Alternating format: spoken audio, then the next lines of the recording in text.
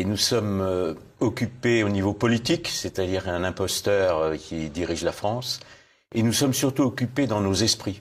Donc voilà, je mène une croisade culturelle parce que nous sommes occupés dans nos esprits. Libérons nos esprits et nous libérerons peut-être notre nation. Vous semblez dire dans votre ouvrage, en substance, que tout ce qu'on nous apprend à l'école ou à l'université est un tissu de mensonges. Je n'écris pas une contre-histoire, j'écris l'histoire. Et c'est l'histoire qui est enseignée à l'école, quand elle est encore enseignée, ou à l'université, qui est un tissu de mensonges, qui est un tissu d'erreurs. La grande question, c'est pourquoi tous ces mensonges ? Toute l'histoire est écrite pour justifier, aujourd'hui, la Révolution, ça fait 200 ans que l'histoire, en fait, est falsifiée. Donc on falsifie le passé pour justifier l'abomination qui a été la Révolution française, ou dite française.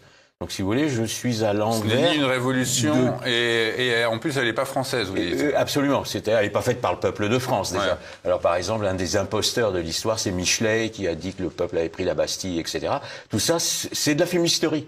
Alors, pourquoi tous ces mensonges? Moi, je rétablis les faits. Et je n'invente rien, évidemment. Je me base sur les plus grands historiens des religions, sur les vrais historiens. Il y a des grands historiens. Simplement, ce qui est enseigné est mensonger. On apprend beaucoup aux enfants que l'histoire commence avec la Révolution. Tout ce qui est avant, ça serait obscur. Alors pourquoi ça serait obscur? Parce que ce serait chrétien. Donc tout ce qui est chrétien est obscur, hein, dans un verbiage, comment on peut dire, illuminatif. Hein. Qu'est-ce que c'est que la Révolution? Et moi je la définis comme une révolution, je ne suis pas le premier non plus, c'est-à-dire un retour à avant le christianisme. C'est-à-dire au paganisme. Moi, au paganisme, mais ça va plus loin que ça, parce que c'est pas le paganisme qui revient. Voilà. Par exemple, la Renaissance, dans l'imposture de la Renaissance, dire que la Renaissance fait revenir la Grèce, c'est une imposture. La Renaissance fait venir ce que l'on appelle la culture hellénistique, c'est-à-dire ce qui est la décadence d'Alexandrie, juste avant le christianisme. Et tout ce qui est antérieur à la Révolution serait obscur parce que c'est chrétien, et la Révolution aurait apporté le progrès, alors que les temps modernes sont la pire parenthèse de l'histoire. Jamais dans l'histoire, l'homme n'a autant tué l'homme. La France a apostasié sa religion avec la Révolution, d'où les malheurs. Il y a un problème, je pense qu'on peut l'aborder, un problème maçonnique, appelons les choses par leur nom. Voilà.